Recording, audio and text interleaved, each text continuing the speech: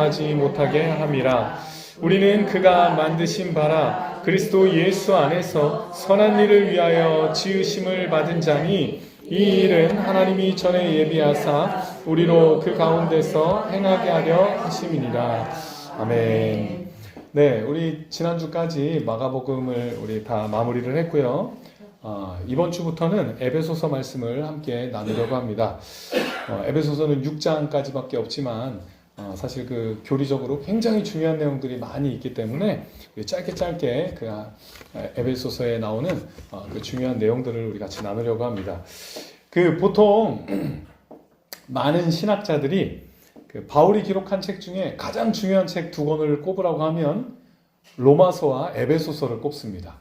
로마서와 에베소서가 그 모든 서신서들이 다 하나님의 영감으로 기록된 중요한 성경이지만 그 중에서도 특별히 그 로마서와 에베소서는 많은 교리들을 담고 있기 때문에 너무 중요하게 여기고 있습니다. 로마서가 중요한 이유는 이제 로마서와 에베소서를 조금 비교하면요. 로마서가 중요한 것은 구원이 뭔가를 굉장히 자세하게 이제 마치 무슨 뭐 해부하듯이 구원이라는 게 우리 안에서 어떤 일이 일어나고 우리에게 어떤 변화가 일어나고 또 예수님의 사역이 우리에게 어떻게 적용되고 그래서 구원을 그렇게 자세하게 체계적으로 설명을 했다면 에베소서는 구원을 이렇게 멀리서 이렇게 큰 그림 가운데서 구원을 보는 겁니다. 그래서 이 에베소서 시작이 우리의 구원을 어디서 시작하냐 하면요.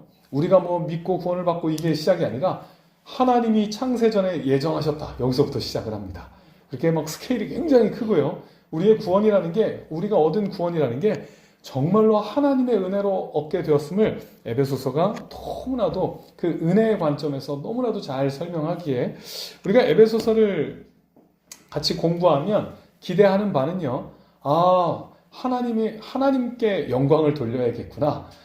우리 그 결론에 도달해야 하고요. 그게 사도 바울이 에베소서를 쓴 목적이고 이유인 것입니다. 오늘은 이제 서론인데 오늘 에베소서 2장 8에서 10절을 같이 한 이유는요. 에베소서의 가장 중요한 주제를 이제 에베소 전체에서 나오게 될 가장 중요한 주제를 우리 살짝 다루고 넘어가려고 합니다. 뭐냐면 아까 앞에서 말씀드렸듯이 우리 이 구원이라는 게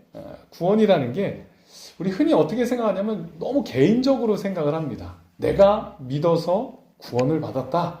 내가 이제 믿고 천국 가게 되었다. 이렇게 개인적으로 생각하기가 너무 쉬운데요.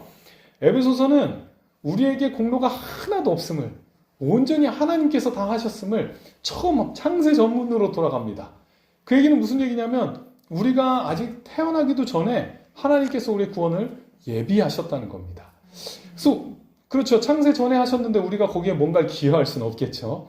그래서 그렇게 우리가 발휘하는 그 믿음마저도 하나님의 선물이라는 것. 그게 이제 에베소서 2장 8에서 10절의 내용인데요. 그래서 요 2장 8에서 10절을 좀 자세하게 한번 살펴보도록 하겠습니다. 이게 에베소서 같은 경우는요. 정말로 토시 하나도 굉장히 중요하게 보셔야 합니다. 주어가 누구인지 또 목적어가 뭔지 이렇게 아주 중요하게 자세히 보셔야 그 말씀의 의미들을 올바르게 볼 수 있습니다. 2장 8절을 한번 보시면요. 너희는 그 은혜에 의하여 믿음으로 말미암아 구원을 받았으니 라고 이렇게 말씀하고 있습니다.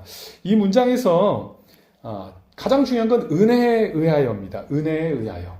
우리가 구원을 받은 가장 중요한 가장 근본적인 원인은 은혜입니다. 다른 어떤 게 아니라 하나님의 은혜 때문에 구원이 시작됐고요. 하나님의 은혜 때문에 우리가 구원을 받은 것입니다. 조금 바꿔서 얘기하면 하나님이 그런 분이셔서 우리가 구원을 받은 겁니다. 그렇게 자비로운 분이셔서 우리를 그냥 죄인으로 심판하시는 것이 아니라 내가 구원해야 되겠다라는 그런 하나님이시기 때문에 은혜를 베푸셨고요. 그래서 우리가 구원을 받을 수 있게 된 것입니다. 그런데 우리를 구원하신 그 방법, 조금 바꿔 얘기하면 수단이 뭐냐면 믿음으로입니다. 그래서 은혜에 의하여 믿음으로 말미암아 구원을 받았다라고 되어 있는데요. 그래서 은혜를 베푸셔서 믿음이라는 수단을 사용하셔서 우리에게 구원을 주시는 겁니다. 그러니까 믿음도 여기서는 우리가 발휘하는 뭔가가 아니라 하나님께서 선물로 주시는 것으로 강조하고 있습니다. 왜냐하면 그 후반부 보시면 8절 후반부 보시면 어떻게 되어 있냐면요. 너희는 그 은혜에 의하여 믿음으로 말미암아 구원을 받았으니 이것은 너희에게서 난 것이 아니요 하나님의 선물이라. 네, 이거 다 하나님의 선물이라고 되어 있습니다. 아까 말했지만 우리 이거 한 단어 한 단어가 너무 중요하다고 했는데요. 이거 한번 제가 문제를, 이거 어려운 거니까 틀리셔도 당연한 겁니다. 네, 문제를 한번 내보겠습니다.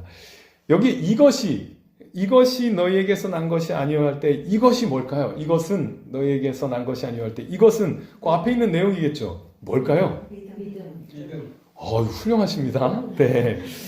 아니, 이거 틀려도 되는 건데 맞추시네요. 네.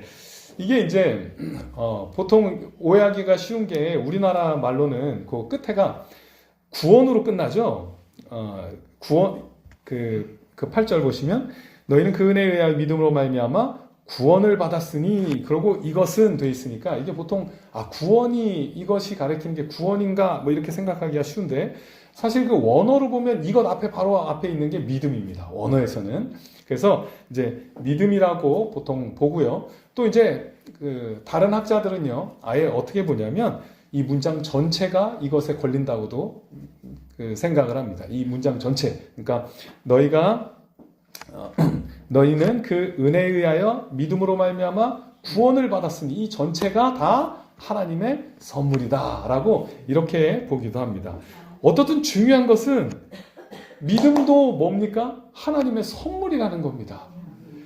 우리는 흔히 믿어서, 내가 믿어서라고 자꾸 우리의 어떤 그 내가 믿은 행위 자체를 강조하기가 쉬운데요. 나는 믿어서 구원받았고, 너는 못 믿어서 그걸 왜 못 믿냐? 너 믿지 못하니까 구원을 못 받지 않냐? 막 이렇게 자꾸 우리가 그런 식으로 사용을 하는데요. 여기서 분명히 말씀하는 겁니다. 믿음을 가진 것 자체도 은혜입니다. 우리가 애초에 믿음이 좋아서 믿게 된 것이 아니라, 우리가 애초에 뭔가 그릇이 달라서 믿게 된 것이 아니라 은혜 때문에 우리가 믿게 된 것이고요. 하나님께서 은혜를 베푸셨기 때문에 우리에게 믿을 수 있는 그 힘을 주셨기 때문에 우리가 믿을 수 있게 된 것입니다. 그래서 9절에서 다시 한번 강조하는데요. 우리 9절 한번 볼까요? 행위에서 난 것이 아니니 이는 누구든지 자랑하지 못하게 함이라. 그래서 9절에서 행위에서 난 거 아니다 라고 계속 강조를 합니다. 행위는 뭐 우리가 행동을 하지 말라는 의미가 아니라 우리 편에서의 어떤 공로를 말하는 겁니다.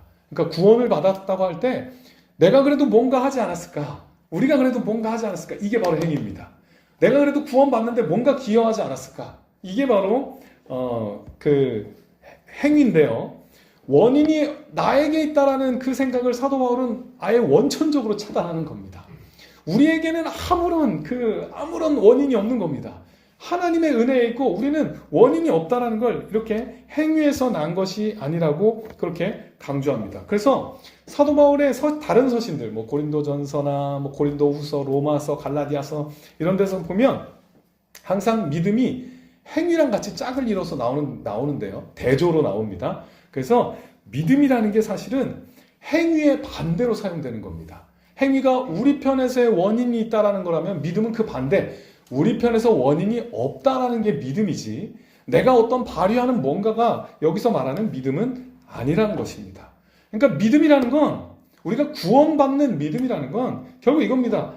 하나님께서 우리를 위해 행하신 일을 우리가 그대로 수용하는 거, 그게 그냥 믿음인 겁니다. 그냥 받아들이는 거. 종교개혁자들은요, 이거 오해하지 않게 하려고, 혹시 나는 믿음을 발휘했어, 너는 믿음을 안 발휘했고 나는 믿음을 발휘해서 난 구원받고 넌 구원 못 받았어, 이런 식으로 말하지 않게 하기 위해서, 오해할까봐 종교개혁자들은 뭐라고 표현했냐면요, 믿음을 이렇게 표현했습니다. 국어라는 거지가 내미는 손.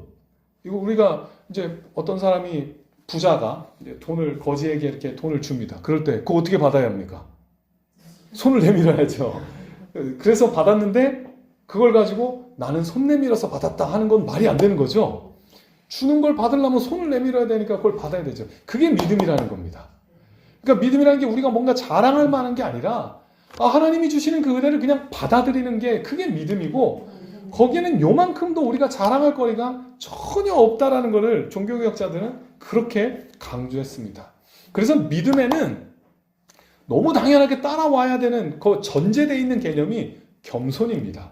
그렇죠. 우리 편에 아무것도 없는데 겸손해야죠. 아무것도 없어서 우리는 그저 감사할 뿐인 겁니다. 그게 에베소서에서 표현하는 구원이고요. 그래서 당연하게 구절에 따라오는 게 누구든지 자랑하지 못하게 함이라 이렇게 돼 있죠. 이걸로 쐐기를 박는 거예요. 우리에게 조금이라도 뭐가 있으면, 그죠? 믿음을 발휘한 공로라도 있으면 우린 자랑할 게 있죠. 아, 난 믿음 발휘했어. 나는 믿었어. 뭐 이게 근데 자랑할 게 없다라는 겁니다. 우리는 아무것도 아닙니다. 우리는 다 같은 그냥 거지 같은 존재였는데 하나님이 우리에게 주신 겁니다. 너 받아라. 그래서 우리는 손을 내밀어서 그걸 받은 겁니다. 거기에는 아무런 공로도 없고요. 자랑할 것도 없고요. 사도 바울이 왜 이렇게 강조하냐면, 왜 이렇게 막 여러 겹 해가지고 니네 아무것도 아니야, 아무것도 아니야, 아무것도 아니야 이렇게 강조하냐면 은혜만 남아야 되기 때문입니다. 여기는 온전히 은혜만 남아야 되는 겁니다. 온전히 하나님의 편에서 우리를 위해 다 베풀어 주신 거지 우리가 뭐 한 거 아니라는 걸 계속해서 강조하고요. 다 끊어내고 있는 겁니다. 그래서 딱 하나 남는 겁니다. 하나님이 그런 분입니다. 은혜로우신 분이셔서 하나님이 그냥 아유 내가 너희들 그냥 지옥에 넣어야 되겠어 라고 했으면 우리는 아무리 우리가 노력했어도 다 지옥 갈 존재인데 하나님이 그런 분이셔서 자비로운 분이셔서 은혜를 베푸시는 분이셔서 우리가 구원을 받았다는 것을 강조하는 것입니다. 그래서요 우리 정말로 우리가 은혜를 알면 우리는 하나님 앞에 겸손할 수밖에 없습니다. 하나님 앞에 엎드릴 수밖에 없는 겁니다. 예배라는 게 뭡니까? 그 은혜에 감사해서 하나님 앞에 엎드리는 것이 예배지 예배가 우리의 공로가 될 수 없습니다. 하나님 제가 예배 진짜 잘 드렸습니다. 저한테 뭐 주십시오. 이럴 수는 없는 겁니다. 우리가 그렇게 그 값없이 받은 은혜에 감사해서 엎드리는 게 예배이기 때문입니다. 우리 꼭 자랑이 있다면 이게 달라집니다. 자랑이 생기면 달라집니다. 9절 말씀에 비추면 자랑이 있다는 건 바꿔 말하면 이겁니다. 은혜를 인정하지 않고 있다는 겁니다. 여전히 내가 자랑하고 있다는 건 은혜를 은혜로 온전히 인정하지 못하기 때문에 자꾸 내 자랑으로 가는 겁니다. 나는 받을 만한 사람이니까 받았어 라고 이렇게 가는 겁니다. 나는 애초에 다른 사람들보다 더 나으니까 구원받았어 라는 생각은 하나님의 은혜에 감사하지 못하게 합니다. 그렇죠. 왜 제가 구원받았습니까? 제가 더 나은 사람이니까. 근데 거기에 뭘 감사를 합니까? 애초에 제가 다른 사람보다 더 나아서 제가 구원받았으면 그건 감사할 일이 아니죠. 다 죄인이고 다 자격 없는데 우리에게 값없이 은혜를 주시니까 감사하게 되죠. 그래서 그 겸손이라는 게 너무너무 중요하다는 겁니다. 그래서 사도 바울의 그 많은 서신서들에 공통적으로 나오는 게 믿음으로 구원받았다라는 말 뒤에는 신기하게 그런 내용들이 다 많이 나옵니다. 자랑하지 못하게 합니다. 이 말이 붙어서 나옵니다. 왜냐하면 진짜로 우리의 은혜가 되기 위해서라면 우리의 자랑을 내려놓아야 하기 때문입니다.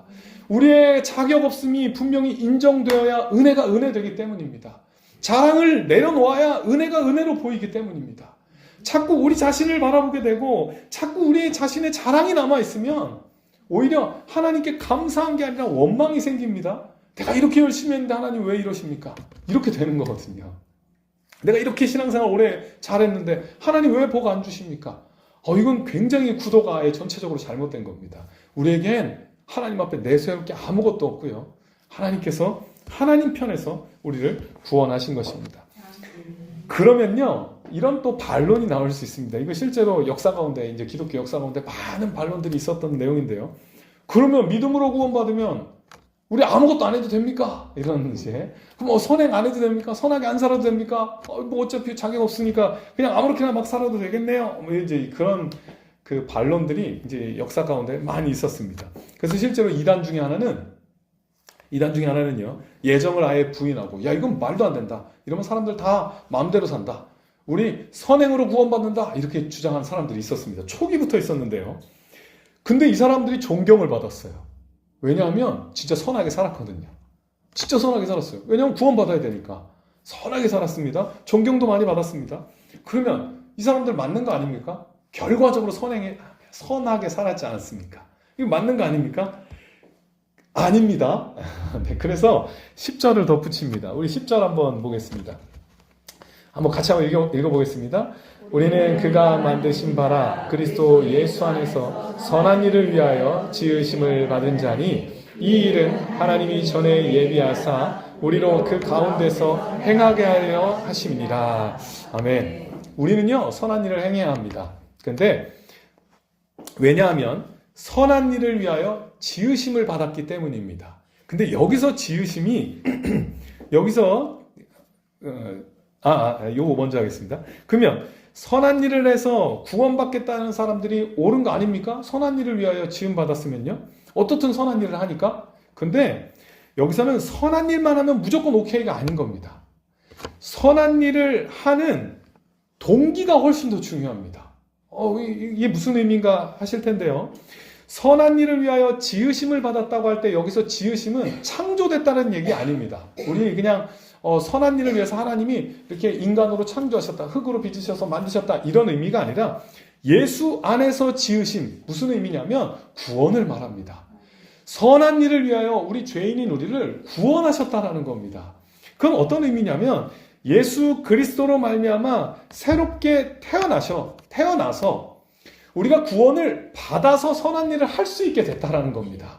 선한 일을 행해서 구원을 받는 게 아니라 구원을 받아서, 은혜로 구원을 받아서 비로소 선한 일을 할 수 있게 된 게 지금 에베소서에서 강조하고 있는 내용입니다.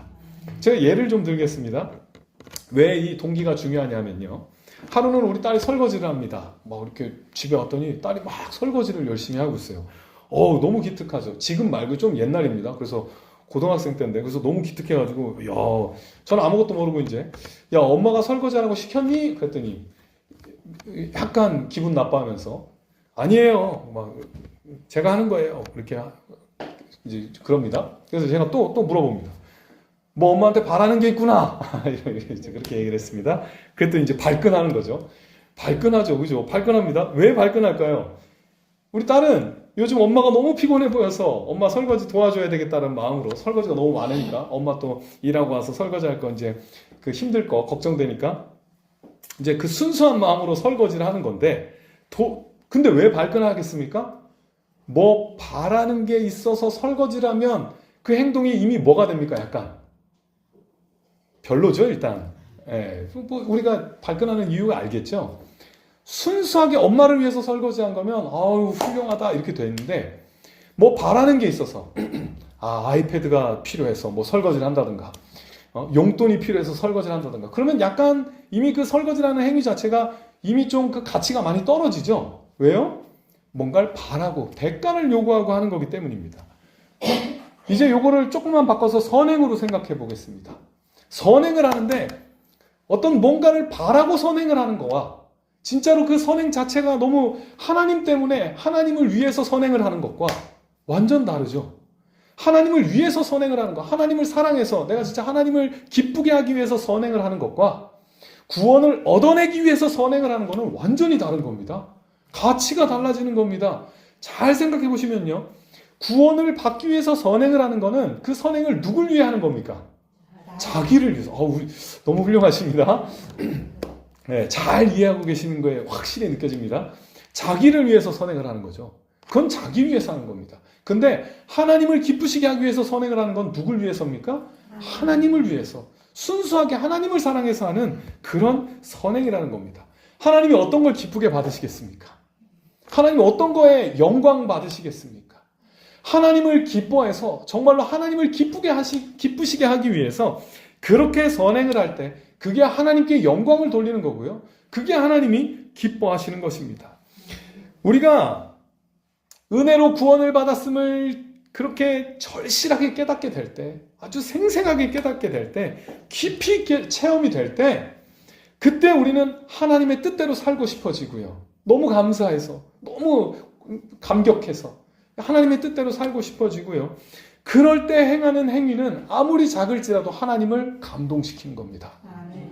구원받기 위해서 아무리 큰 일을 해도 이거는 나를 위해서 희생하는 거 아닙니까? 어떤 의미에서 투자 아닙니까? 그런데 아무리 작은 거 해도 우리 딸이 설거지 하면요. 그 당시에 설거지 이제 마음은 있어서 했는데 그 설거지는 나중에 엄마가 다시 더 닦아야 돼요.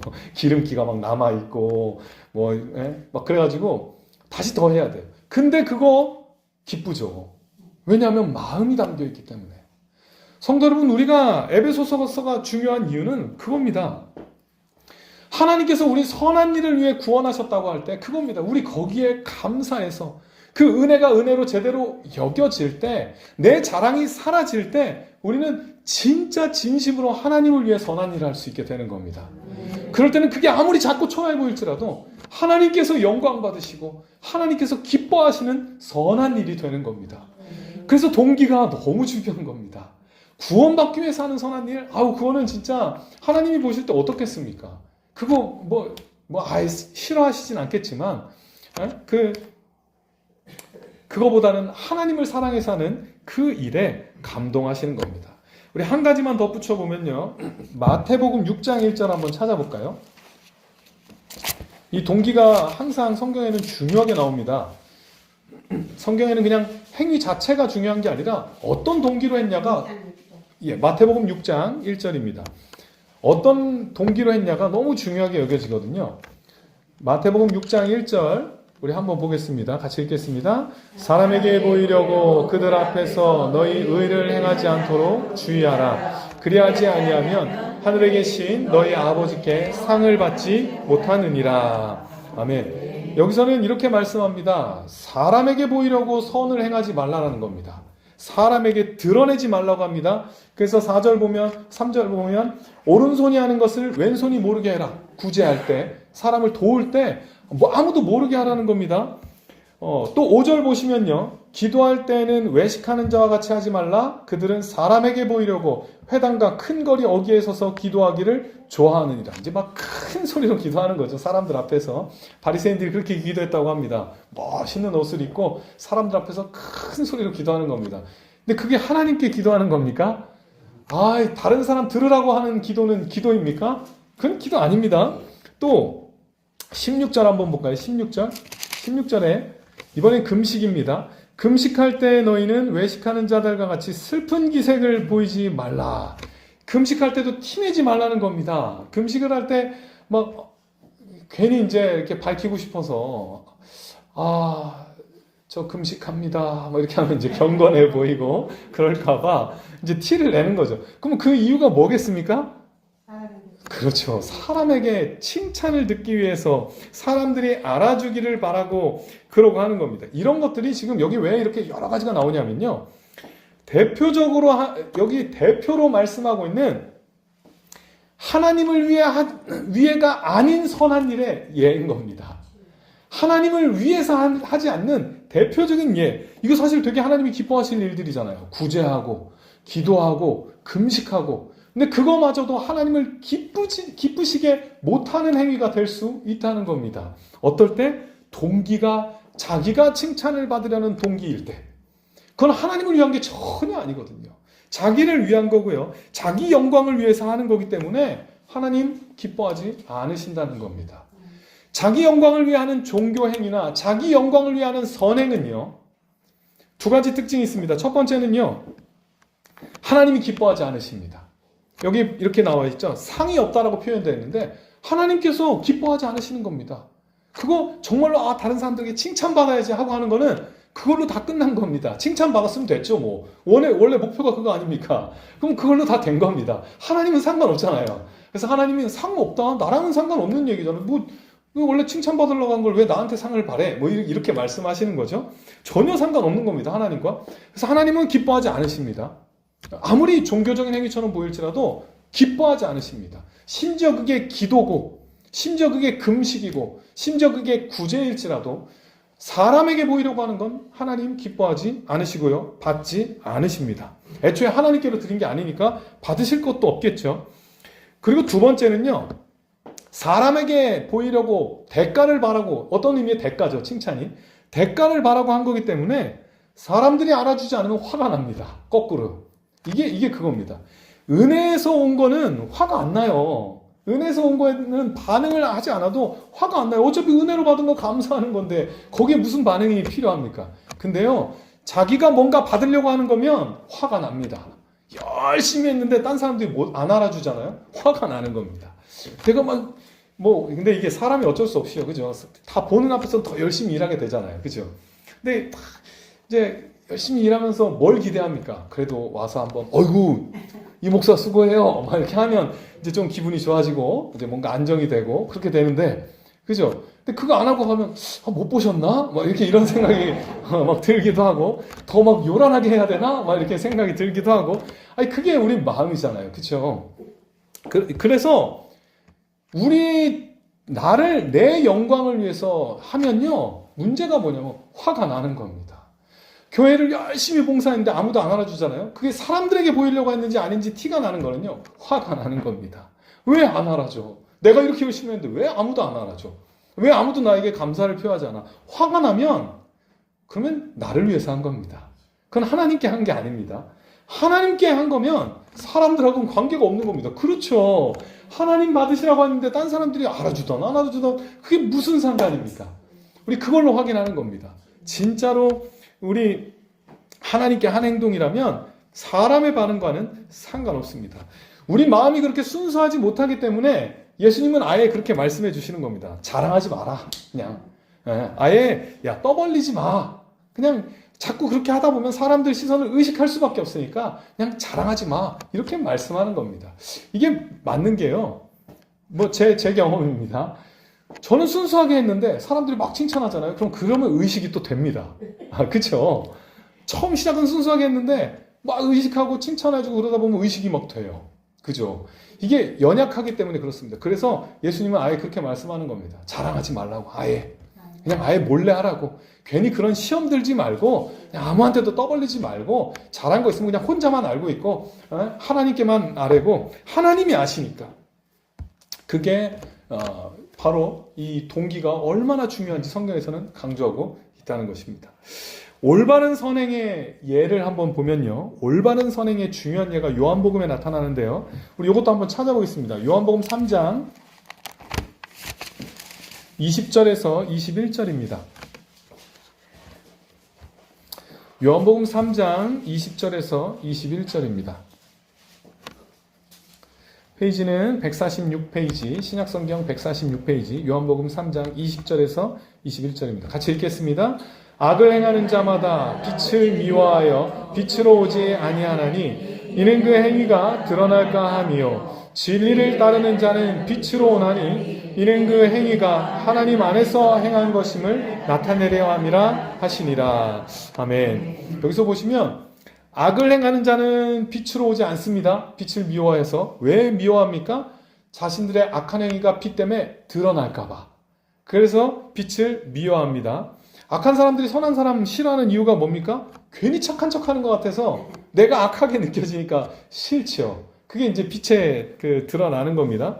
근데 20절에서 이제 악한 자가 행위가 드러날까 봐 어둠을 좋아한다고 했는데 그러면 21절에서 대조니까 그러면 선한 사람은 빛으로 나오는 게 사실은 어떤 거여야 됩니까? 악한 사람들은 자기 악한 행위가 안 드러나고 싶어서 빛으로 안 나오면 선한 사람들은 빛으로 나오는 이유가 뭐여야 됩니까? 자기의 선한 행위가 드러나도록이어야 될 것 같은데 오늘 여기서는 뭐라고 되어 있냐면요. 이거 굉장히 중요한 표현인데요.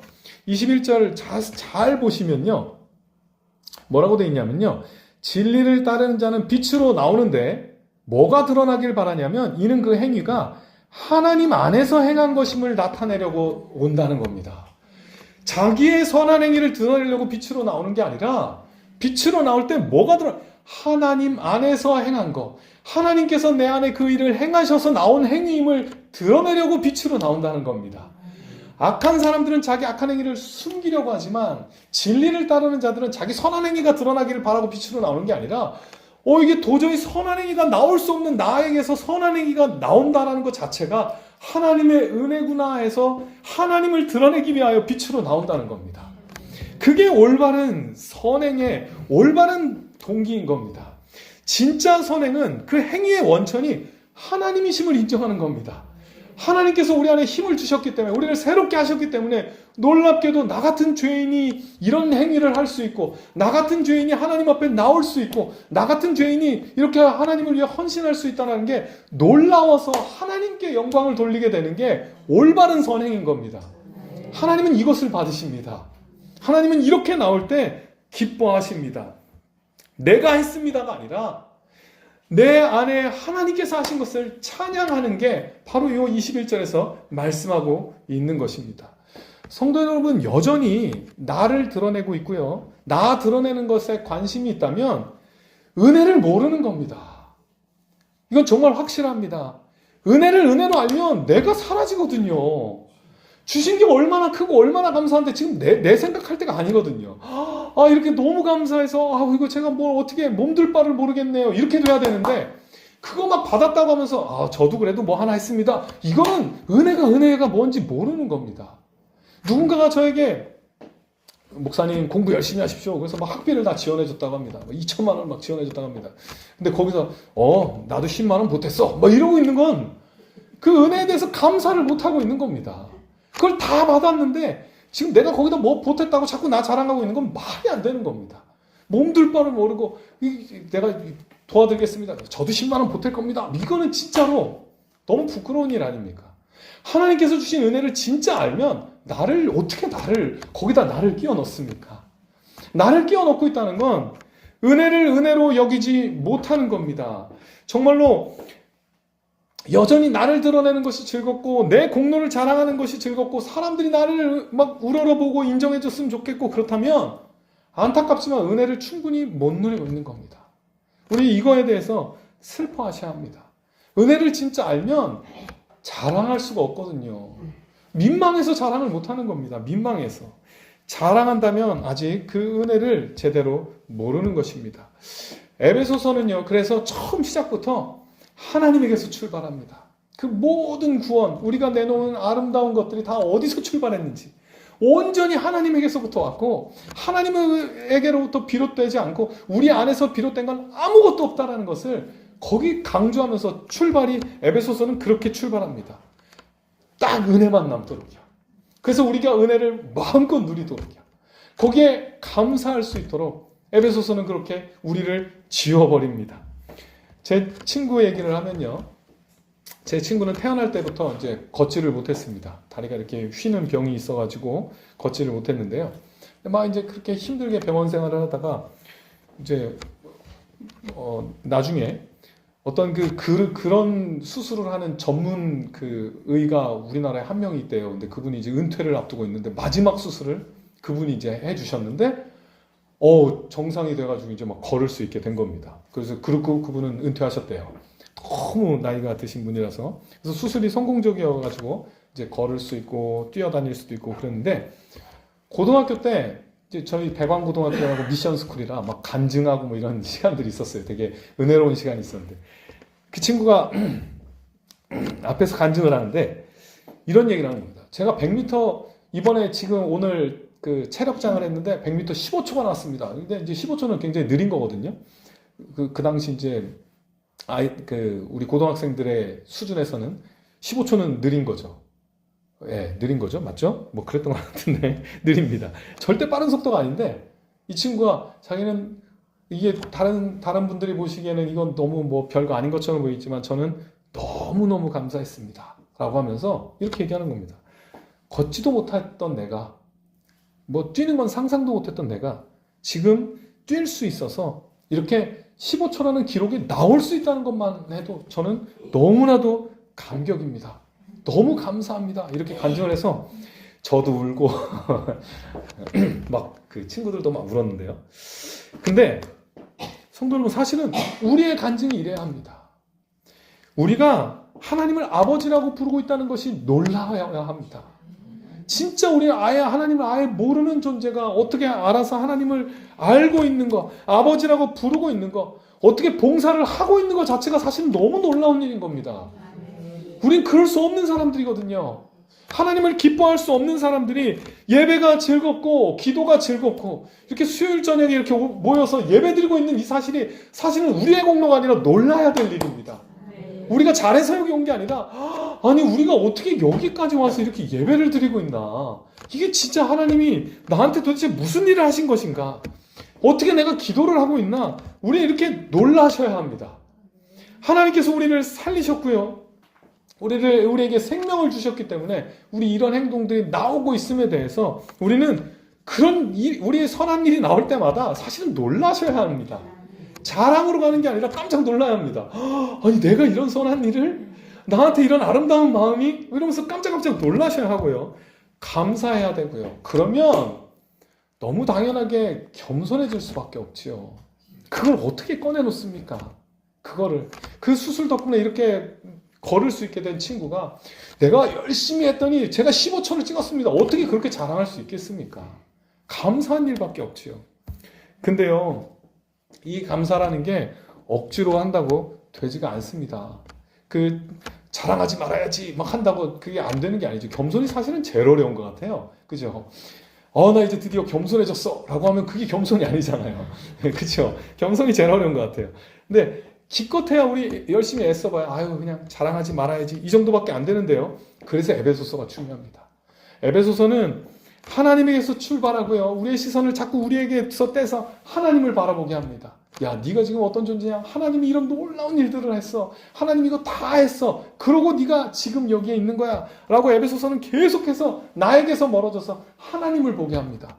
내 공로나 나에게서 멀어져서 온전히 자격 없는 내가 하나님의 은혜를 입었구나. 그 하나님의 영광을 돌리게 하는 게 목적이고요. 하나님께서 우리에게 뭘 주셨는가를 사도 바울은 막 감격적으로 밝히고 있습니다. 그게 에베소서입니다. 그래서 에베소서를 통해서 우리 그 자리에 갈 수 있습니다. 하나님의 영광 가운데 진짜 내가 아무것도 아니네요. 내가 정말 이 부족한 자가 하나님 앞에 나온 것만 해도 기적이네요. 이 고백이 나오게 하는 게 에베소서라는 겁니다. 에베소서는요, 크게 두 부분으로 나눠져 있는데 1장부터 3장까지 이렇게 하나님이 우리를 위해서 뭘 하셨나를 막 감격적으로 얘기합니다. 그리고 4장부터 6장까지는 이제 딱 반이거든요. 4장부터 6장까지는 그러면 이제 그 구원받은 사람이 어떻게 살아야 되는가가 4장부터 6장까지 나오는데요. 이게 4장, 6장만 떼서 보면 절대 안 되는 겁니다. 왜요? 동기가 중요하다 그랬잖아요. 4장에서 6장까지의 그 모든 명령들의 동기가 뭐여야 하냐면 1장부터 3장까지 하나님이 우리에게 주신 은혜가 깨달아질 때 4장부터 6장까지의 명령에 순종할 수 있는 겁니다. 우리 그 동기가 우리에게 충만하게 있어야 합니다.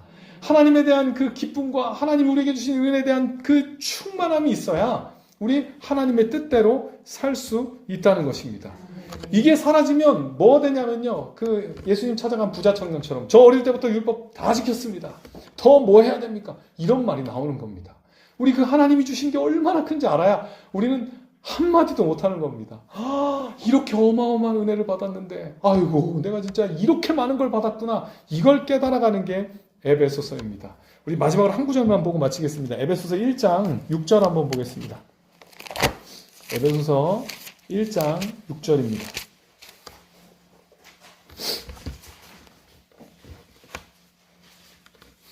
에베소서 1장 6절입니다.